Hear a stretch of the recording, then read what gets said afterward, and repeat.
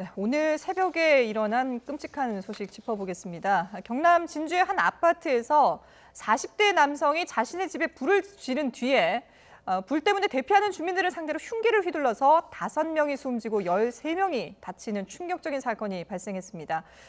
지금까지 전해지고 있는 그 사건 경위들을 좀 정리를 해볼까요? 오늘 오전입니다. 예. 오늘 오전 경남 진주에 있는 한 아파트에서 불이 났다라는 신고가 있었습니다. 네. 그래서 불이 났다. 그리고 실제로 거기서 불이 나서 이제 대피를 하는 그 과정에서 네. 주민들이 대피를 하는데 어떤 한 남성이 나타나서 흉기로 난동을 부리면서 실제로 흉기로 이제 찔러서 네. 사망하고 또 사상하는 그런 사건이 발생했습니다. 예. 근데 이제 지금 현재까지 나온 그 내용을 봤을 때는 지금 이 40대 남성이 자신의 집에다 불을 질러서 불을 이렇게 방화를 했고요. 네. 그 불에 연기가 퍼지니까 주민들이 대피하는 그 상황에서 예. 자신이 이제 그 다른 주민들에게 흉기를 휘둘렸던 이제 묻지마 범죄로 보여지는 그런 상황인데 예.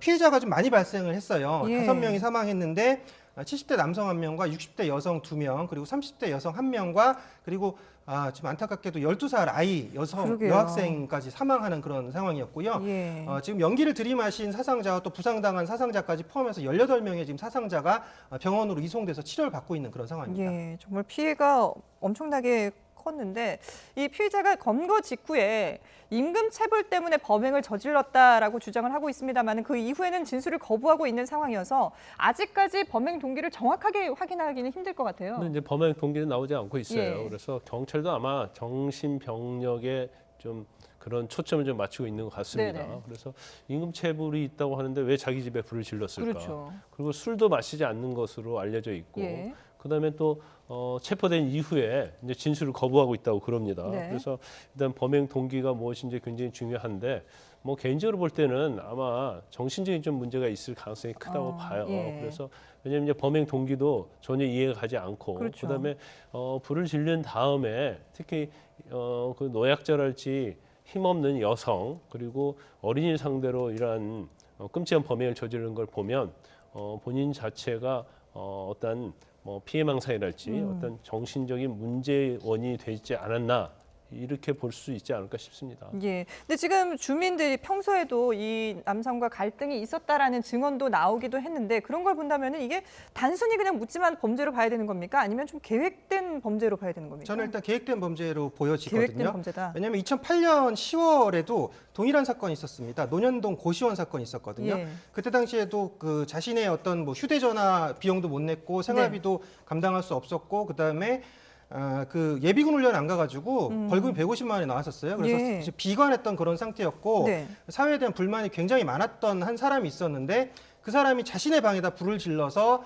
또 도망 나오는 그 사람들에게서 묻지마 흉기 난동을 부려가지고 6명이 사망했던 그런 사건이 있었습니다. 예. 그때 당시에도 이 사람도 조현병이 아닌가라고 의심을 했었는데 네네. 전혀 조현병의 그 병명은 발견되지 않았었고 그것은 어떻게 보면 이런 거죠. 이거 사건과 완전 거의 사실 동일하다고 볼 수가 있거든요. 예. 그러니까 자신에 대한 사회 불만, 이 사람도 지금 임금체불에 대한 불만이 있다라고 일단 범행 동기는 얘기했던 상태입니다. 네. 그리고 앵커께서 말씀하셨듯이 뭐 지금 아파트 내에서도 뭐 분쟁이 있었다라고 예. 한다라고 하면 분명히 사회에 불만이 있었던 사람일 것이고 네. 거기에 대해서 자신의 집에 불을 질렀다. 그리고 거기에 사람들이 연기가 자욱한데 막 이제 도망 나오고 피해가는 그런 피난을 가는 그 사람들을 대상으로 거기서 그 사람을 상황을 이미 예상을 골라서 했군요. 찔렀다는 거죠. 예. 그것도 보면 70대 노인, 60대 여성 2명, 30대 예. 여성, 거기다 12세 여아까지 찔렀던 것을 보면 연기가 자욱한 상태에서 잘 보이지도 않거든요. 네네. 근데 이것은 의도적으로 약한 사람만 골라서 찔렀다라고 보여지는 그런 상황이고 네. 결국 이런 범행은 계획했을 것이다. 그렇기 때문에 저도 방송에서 사이코패스를 잘 언급하진 않지만 네.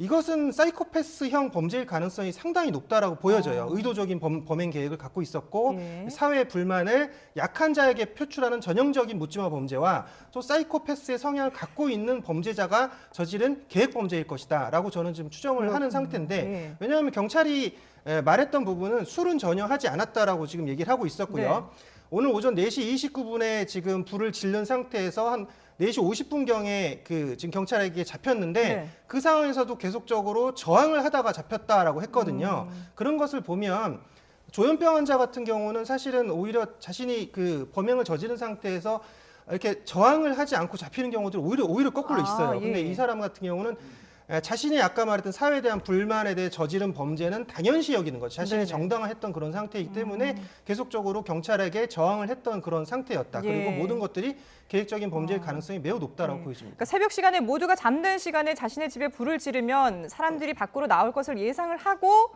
범죄를 저질렀다라고 예상을 해볼 수 있다는 건데, 그러면 만약에 진술을 지금 거부하고 있는 상황이고 지금 뭐 우왕좌왕하고 있는 그런 상황 아니겠습니까? 이런 경우라면은 좀 수사를 할 때 다르게 접근을 해야 될 것 같은데요.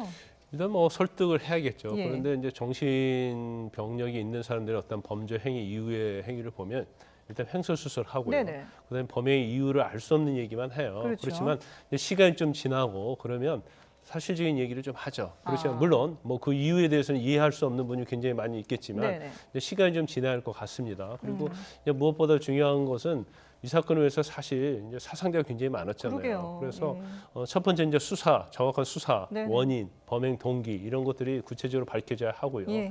두 번째는 이제 피의자 보호에도 좀 집중을 아. 해야 할 걸로 보입니다. 네네. 그래서 일단 뭐 진주 경찰서에서 전문 TF 팀을 꾸렸다고 합니다. 예. 그래서 피해자 보호팀에도 한 7명 정도 배정을 하고 이제 전문 상담가를 한 23명 정도 네. 이제 진주 경찰서 말고도 인근 경찰서에서 지원을 받아서 예. 이제 적극적으로 피해자 보호에 나선다고 합니다. 예. 그렇기 때문에 일단 뭐 범행 경위야 근데 객관적으로 보면 이제 범행을 어떻게 했는지는 거의 다 드러났잖아요. 네네. 그렇지만 왜 이런 일을 했을까에 대한 수사가 좀 이루어져야 한다고 봅니다. 그렇죠. 그 18명의 사상자 그리고 그 가족들뿐만 아니라 이 주변 주민들도 상당히 놀란 상태일 텐데요. 여기에 대한 대책 마련도 필요해 보입니다.